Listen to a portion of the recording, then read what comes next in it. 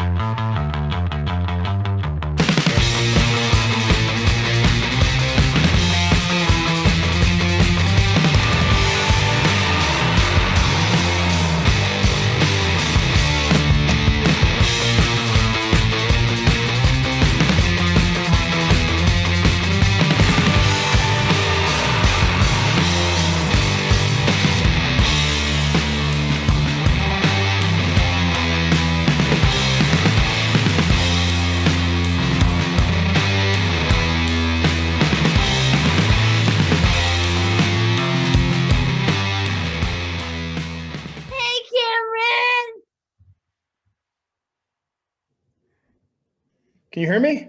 Yes, we can. What's up, buddy? How are you doing? I'm doing very awesome. well. You? I'm good. Did I wear the right shirt? Amazing. Perfect. You think so? I was going to wear a watermelon on my head, but my mom said that I couldn't. Well, tell your mom that there's no rules when you're in the media world. You should, I'm going to have to talk to her after, okay? Okay. That's the greatest opening line I've heard on a podcast ever. I was going to wear a watermelon on my head. Next time I meet you, we'll have watermelon, okay? Okay. So, sure. Who's your NHL team? Is this your team? Not Montreal? I'm sorry, Dad. What? So, I have a couple of favorite teams. I don't have one. I have, let's see, Montreal, Ottawa, and Oilers. Dude, me too. Ottawa, Edmonton, and then the rest. Or whoever's paying me. It's your show. So thanks for having me, buddy. Thank you for joining me. Where are you today? I don't know. I'm in a black room. Oh, yeah, me too. Good for you. So I just want to thank you so much for joining my podcast. We started to read your book last night. Yeah. But does your dad know how to read? I don't think so. No. We looked at the pictures. We just looked at the pictures. Yeah, sorry, you couldn't draw on them. Sorry, there's no. Okay, so. What's up, Steve? Hey, how are you, Cam? I'm awesome, man. Thanks for having me. Thanks for joining us. So. What city are you in? We're in Ottawa. Ottawa. Oh, of course. Yeah. So, yeah, so we want to thank you so much for joining. So, like I said, we were reading the book last night and I fell asleep because it was kind of late. Whoa. You started off with the watermelon and then you said you fell asleep reading my book. This interview is over, buddy.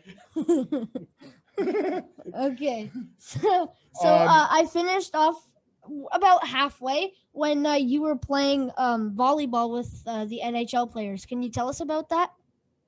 Oh, for sure. Yeah, so I've lived all over the North America and I moved down to LA to try to make it in Hollywood. And I lived in Manhattan Beach for a while and I ended up becoming friends with a friend of mine married an NHL player. And then I used to go and hang out and play beach volleyball with a lot of the NHL guys. And I was not the best athlete, but they thought I was fun. So they let me play with them. That's awesome. So I think that your story is very inspirational. So, and I think that everyone should read your book, King of Cheer. So can you tell us where they could get this book and everything? Well, yeah, you can get the book on my website, CameronHughes.tv, or you can go to Amazon, or, when you're done, you can just leave it in your mailbox and someone can come get it. Yeah, you can Google it. People bought it. What's really cool is that people have bought it all over the world, and that's I worked really hard at it and took me a couple of years to do it. But once I started it, I realized I've got to finish this. You know what I mean? Like when you start something, it's hard sometimes, right? Yeah, that's very cool. Um, so your story is all about dreaming big and never giving up. What kind of advice would you have given yourself when you were a kid, when things weren't going as very well? What advice would I give myself? I mean, it's a great question. I think it's, one of the biggest things I've learned is you keep showing up in life, no matter how hard things are, no matter if you're tired, no matter if you're not feeling it, no matter what. And when you do show up, you kind of find the energy, you kind of find sometimes the answers you're looking for.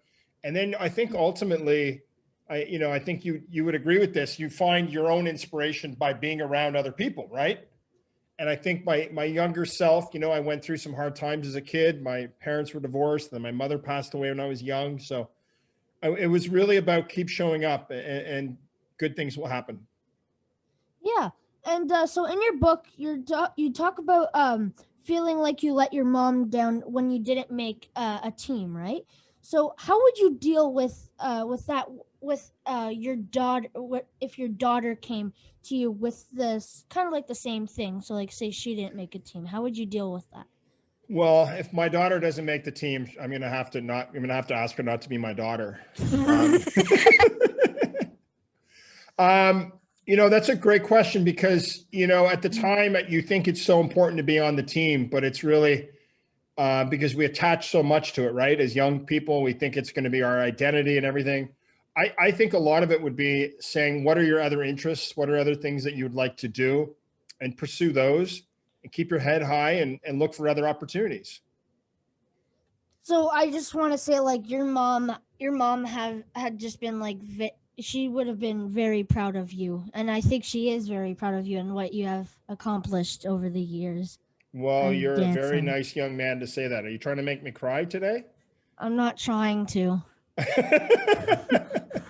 It's just going to happen naturally. I think that's the key. Well, yeah, I mean, she was my inspiration, right? We all have different things that fuel us, right? Like Yeah. make us get up, make us want to do things, help define our purpose in life. And I think one of the things, my friend, is that it all connects the dots, right? When you look back in your life, you see all those little things that lead to where you are.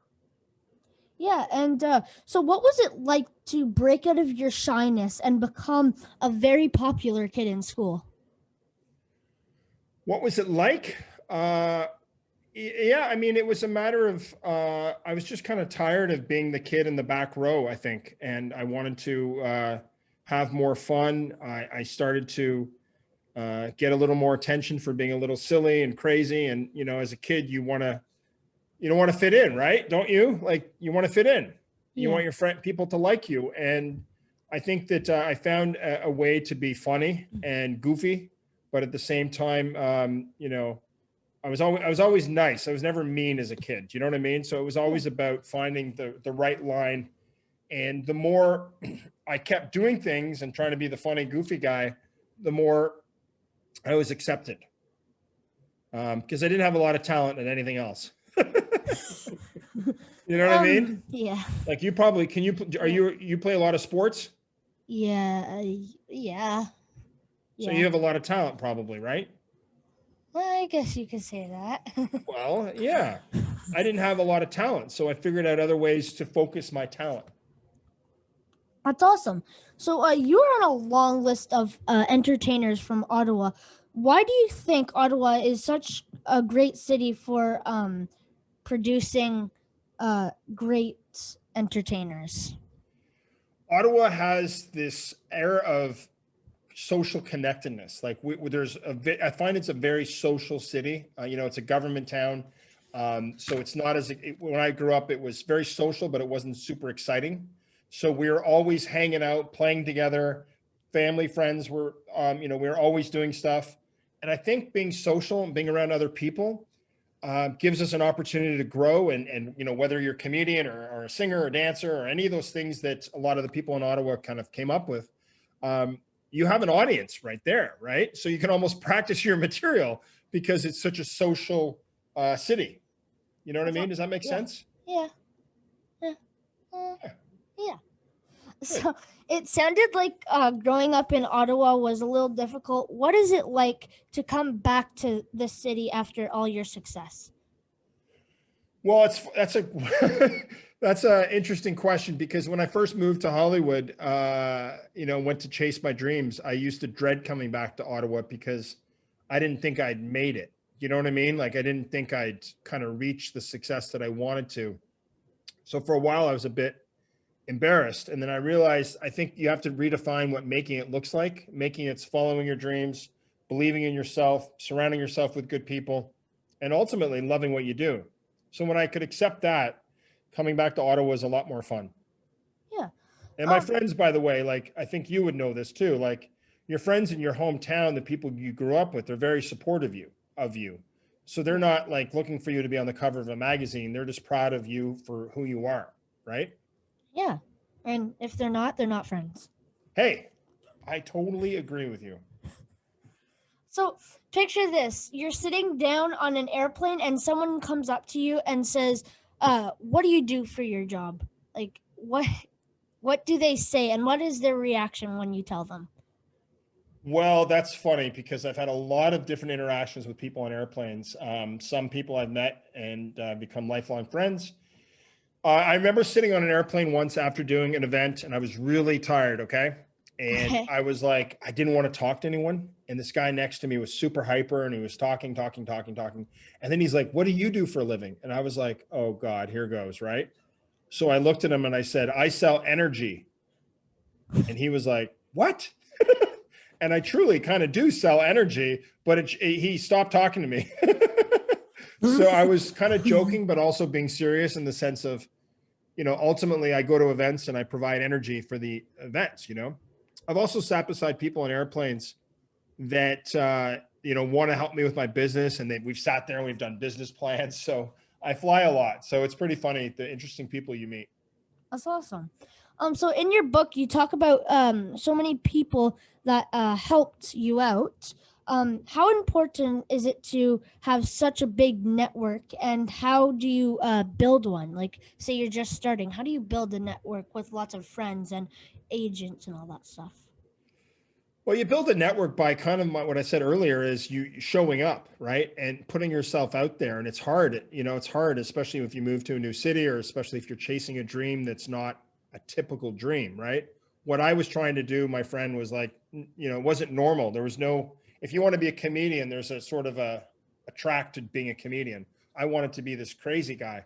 So I worked the room really hard. I met people. I sent thank you letters. I was always sort of, also offering value for like, how can I help you as well? So it's not just a two-way street, a one-way street, right? You've got to give and take, right? So yeah, I realized looking back on my 26 years of doing this, it really is all about the relationships and people you meet and also not always wanting something from someone, right?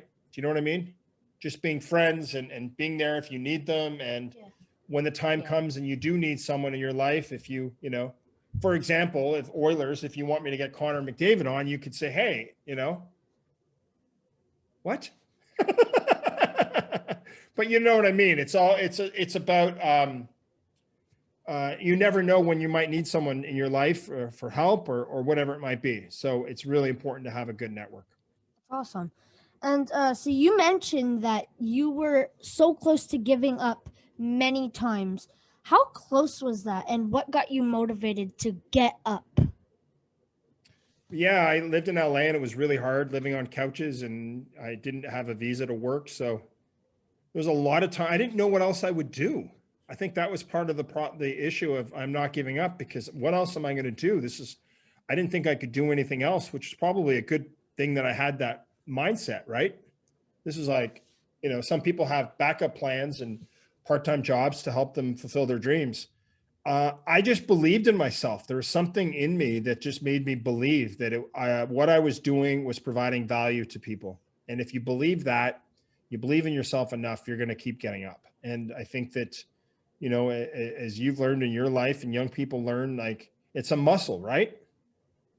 Probably for you, the more these podcasts you did, the more you believe in yourself, the more confidence you have, the more you're comfortable putting yourself out there, right? Yeah. And so, when did you realize that what you do is more about the fans in the seats and not the players on in the game? Well, yeah, I've always said that I'm there to cheer on the fans to cheer on their team, right? So if I get you excited and you're at an Ottawa Senators game or Oilers game and you're excited to be there and you're having fun with your friends, you're going to be more vocal for your team, which is going to make the team perform better. So I'm always been about making sure the fans let loose, connect, get a little crazy, right? Yeah. It's just because so you said I'm pretty sure I forget what game it was. I'm pretty sure it was in Florida. Everyone was very quiet and then Anaheim, sorry, and you looked over to Anaheim. your friend and you said and you were just shocked on how quiet it was, right? Yeah, I mean, sometimes you go to these events and people are so into watching the game, they forget to cheer. And I always joke with people, it's your ticket. You can do whatever you want, but I suggest that you cheer, right? Yeah. When you go to a hockey game, you want to get loud and crazy with your friends, but sometimes it takes a moment or a spark or something to get the crowd ignited, right? Yeah. So that's why I'm there. That's awesome. So I have seen you dance and clap. so, it must be Where's difficult this going? to keep up the energy, right? Yeah. Yeah. Right. So, how do you keep up that energy and what do you do? Do you like drink some energy drinks and all that stuff or what do you do? Well, I used to have energy drinks and I stopped doing that. I really, I feed off the crowd, right? And I think that if you go to any party or event and you start creating this energy around you, other people feed off it. So I feed off the crowd. There's been a lot of times in my career where I show up at a game and I'm tired or maybe I'm a little under the weather and I get up and I'm like, oh my God, I'm not feeling it. And then I just, some switch goes off in you. And then suddenly you're like, wow, right? And you feed off that energy that the crowd gives you as well. And people don't always understand that. So I perform in Vegas a lot and the crowd is crazy there. They just love it. So the more they give me, the more I give them. It's kind of like also like a sporting event or like a sport practice or like a workout. You wake up and then you're like, "Oh, I don't want to go to practice today or I don't want to do my workout today." And then in the middle of your workout, you're like all pumped up and you're listening to music. The music gets you motivated just like the fans get you motivated. So, Well, on that, can I just add something to that? sure. That's a really good point because that's also about creating the right state of mind to perform better, right? Right. So if you've got a hockey practice and you're feeling sluggish, you've got to ask yourself, what am I going to do to change my state so I'm a better teammate, that I'm a better performer, that I'm showing up here and giving it everything I have, right? Right. That's a really good point. So I do these crazy warm-ups behind the scenes under the arenas. You should see people look at me and they're like, that guy's insane. And then they're like, what's he doing? And I do all these weird warm-ups and I'm running around the lower bowl of the arena and they're like, somebody should help him. And then And in then the they middle realize of I'm the there to game, perform. yeah. So what about your hands? Because like I said, I see you clap, right? You don't clap like this. You clap like all night. How do you like your hands must have been on fire after every game. Well, yeah, what's crazy is that I performed at the Olympics in Vancouver. I did 24 games in, I think it was 10 or 11 days. And by the third or fourth day, my hands were cut open and bleeding. And I had to No have way. a friend help me put on these massage gloves that was really weird. And then I did a TV interview and the host came to me and she was really concerned about my hands. So I warm up my voice.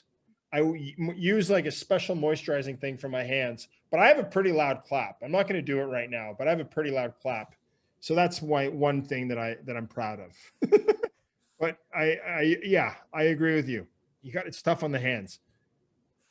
So you've been so close to many great athletes.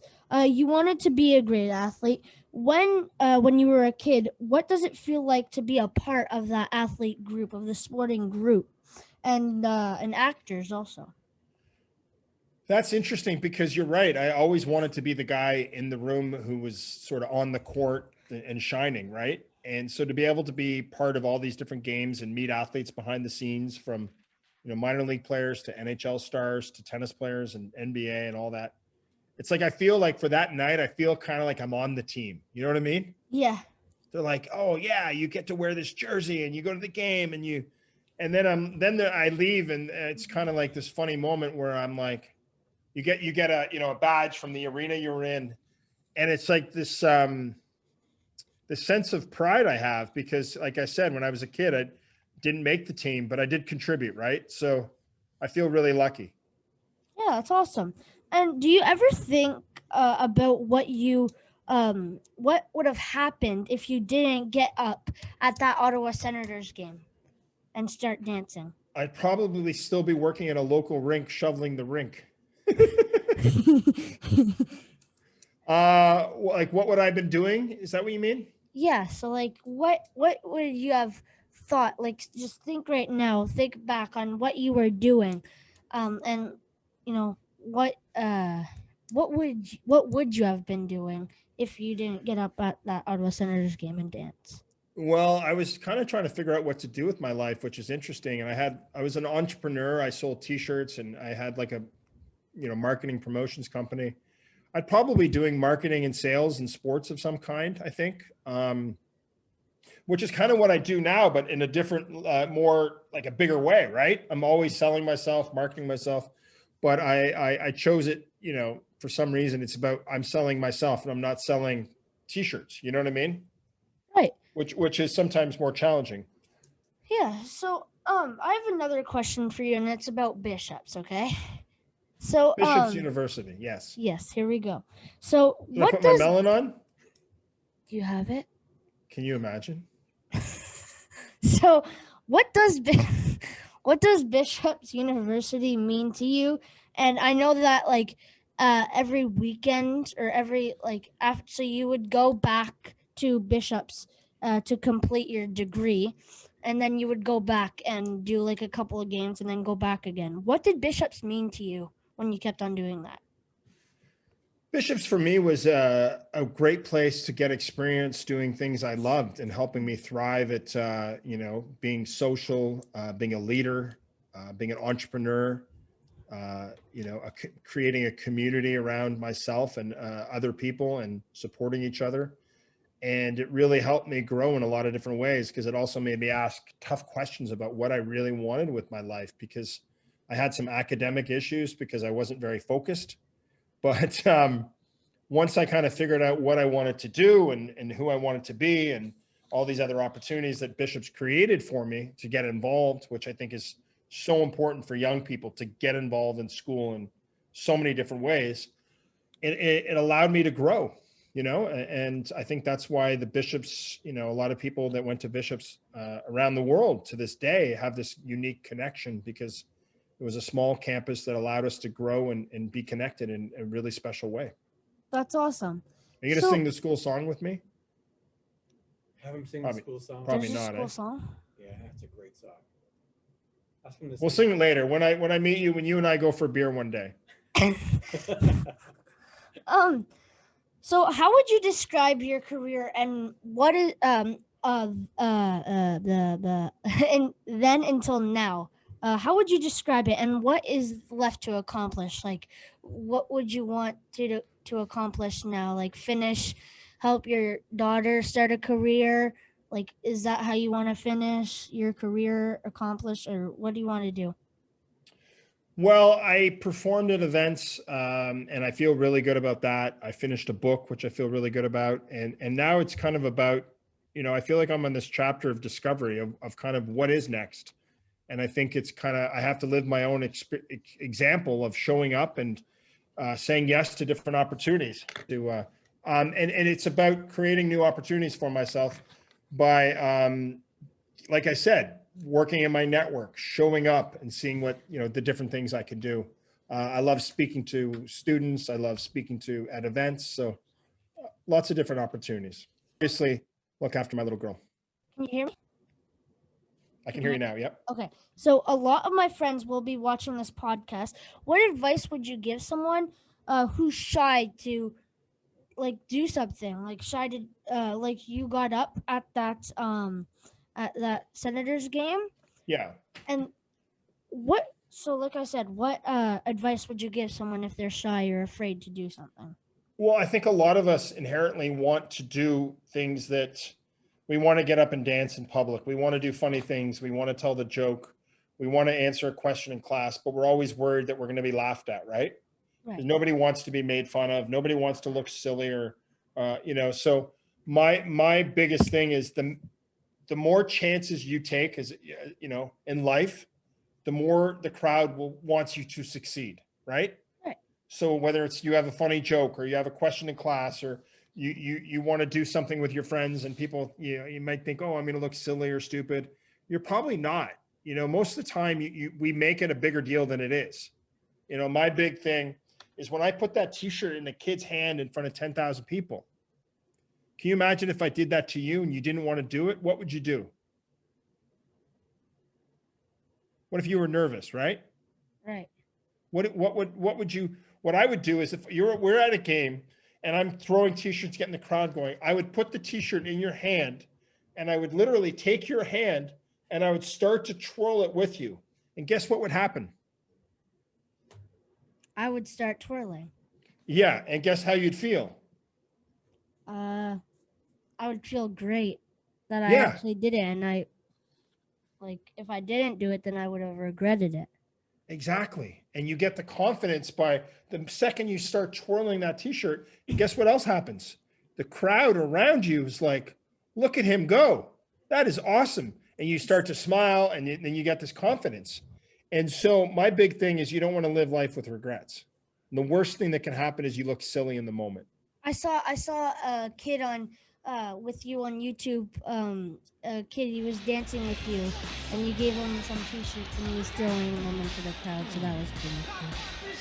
Yeah, was that the young boy with Down syndrome? Yes, Down syndrome. Yeah, I mean, that moment wasn't planned, and it was the greatest moment of my career because it was like all about this young kid who was 18 who just took a chance and got the crowd going, and they loved it. I mean, you can hear the roaring of the crowd, and that video has over 10 million views.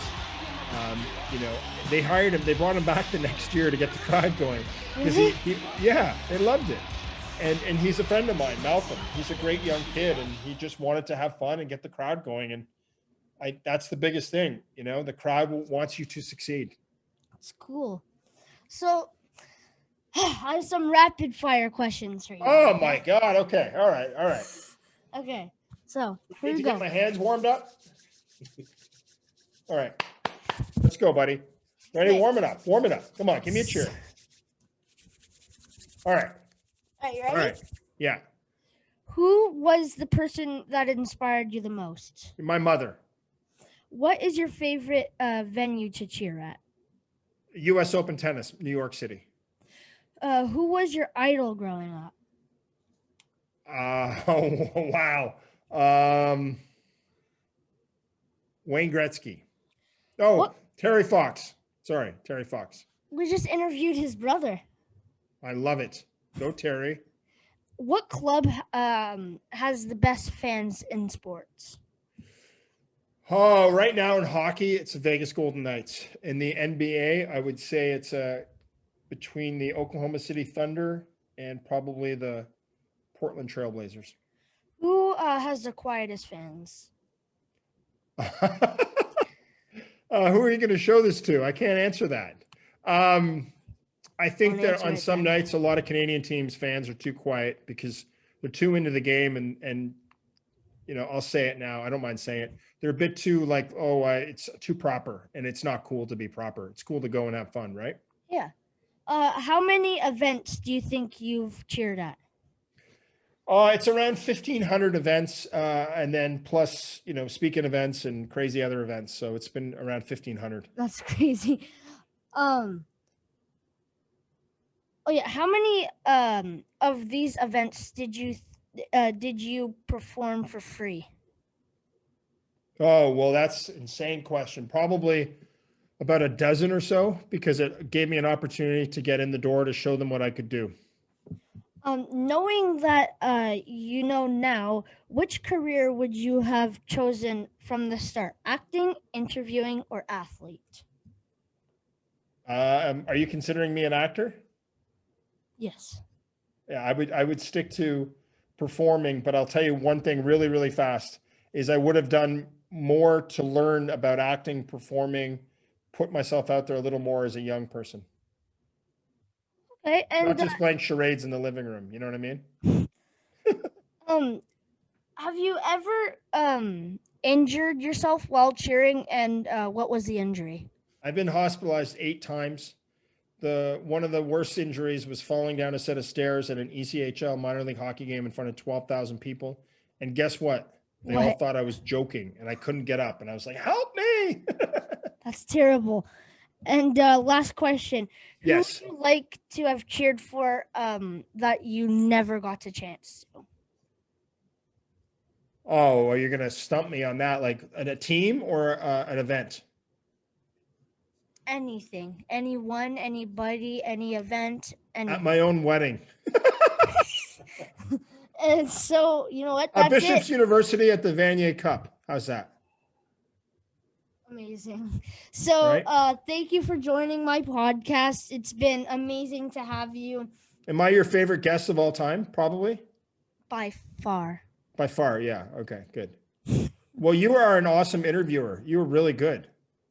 Thank you. Thank you for having me on, and I wish you continued success in all you do. And you're a very inspiring young man. I'm glad to have met you. And can I take you to a Senators game next time I'm in Ottawa? Yes, please.